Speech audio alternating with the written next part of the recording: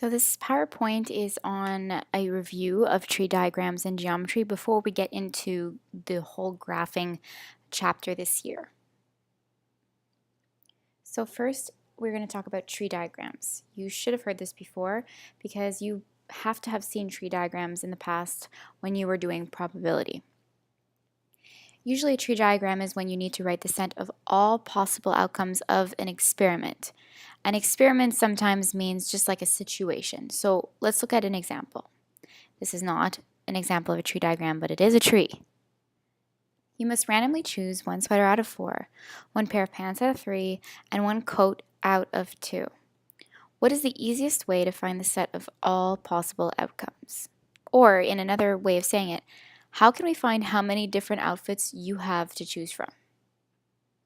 We're going to set up our tree diagram. We're going to have sweaters first. So we had 4 sweaters.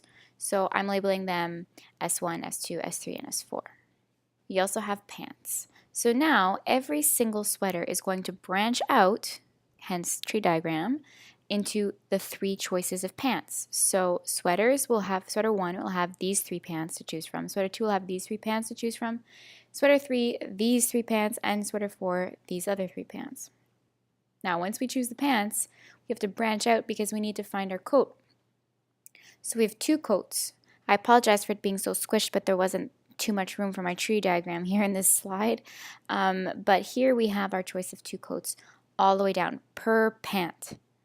Okay, so when we follow the branches, if you will, we will get sets of possible outcomes. So I've labeled some for you. I didn't do all of them because it goes on for a while. But if you start here from the hub, you branch out first to S1, then you follow P1, then you follow C1, and that's one outcome. Or you get sweater 1, but then you pick pants 2, and then you pick pants 1 again, but then in this case you pick coat 2. So that's outcome number 2. And so on and so on and so on and so forth.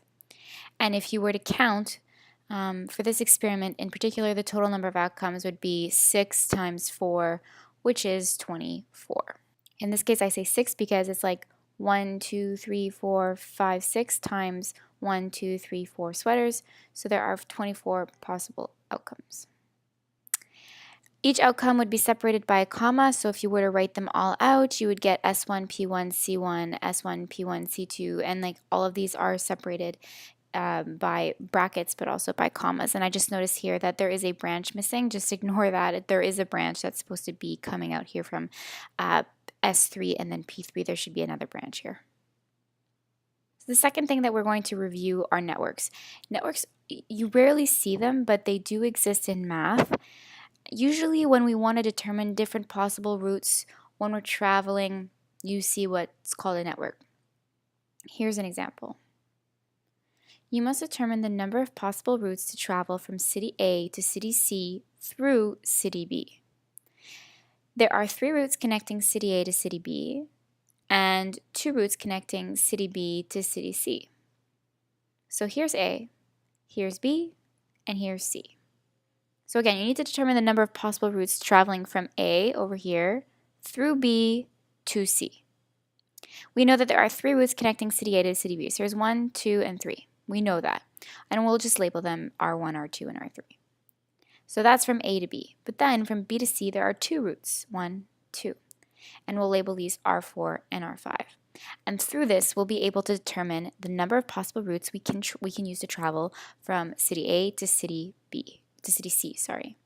Note that there's a lot of drawing involved. It's very, very, very common that you need to draw it out instead of just reading there are 3 routes connecting. Like, you should really get into the habit of drawing these networks, these tree diagrams. So here's a network that I drew for you connecting city A to city C. Let's take a look at our network drawing. We can determine the set of possible outcomes or routes that we can take. So if we look, we can go from A to C by doing R1 to R4, so that's 1. We could go R1, go through B, and then do R5, so that's 2.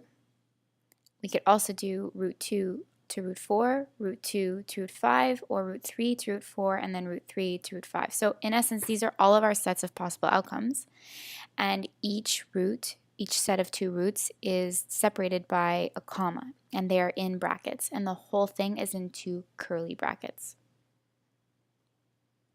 A third thing that we're going to review is polygons. I know that you've seen this before, so I want to reiterate that you should know what a polygon is because I did go over it before we did polygon of constraints. You need to know what a polygon is. The definition from your textbook says it's a figure formed by a closed or broken lines. The following is true of a polygon. A vertex, or a corner, is the intersection point of two sides. Sides are adjacent if they have a common vertex. Angles are consecutive if they have a common side. Sides are adjacent if they have a common vertex. Just going back to here, you should know this when we did trig from secondary 4. In general, though, polygons are 2D figures, and some of them look something like this. Quadrilaterals, trapezoids, triangles, pentagons, hexagons, those are your general polygonal figures. Now, whether they are regular polygons in the sense where all the sides are the same length, or they're irregular polygons where their sides are not all the same length, it doesn't matter, they are still considered polygons. We're also going to review what a solid is. There's a difference between polygons and solids. Your textbook defines it as a portion of space bounded by a closed surface. Solids have an inside. Solids have a volume. Solids in general are 3D figures. So because they have volume, we can say that they are three-dimensional. Solids have faces, edges, and vertices. Faces are very, very important. They are what differs them from just polygons. A face is a plane or curved surface bounded by edges.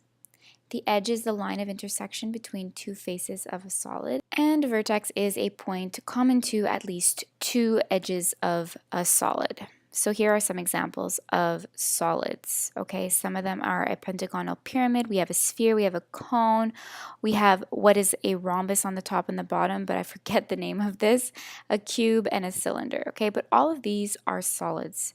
They all have faces, edges, and vertices, and they all have space bounded by a closed surface. They all have an inside. Here's an example here of a solid. So here's a solid, and we can tell that this solid, it's a pentagonal prism, and it has 7 faces. So 1, 2, 3, 4, 5 on the outside, and then 6, 7 including the base. It has 15 edges. Here's an example of an edge, and it has 10 vertices. Here's an example of a vertex. Remember, it's just where edges 2 or more come together. It's very possible that a vertex has several different edges coming together. Just a little bit of extra, we're going to talk about a polyhedron, and that's just a specific type of solid in which all of its faces are polygons. So all of its plane faces just happen to be in itself polygons. So here are some examples, but this is just a fancy word of a type of solid, just to remind you that there is a type of solid called a polyhedron.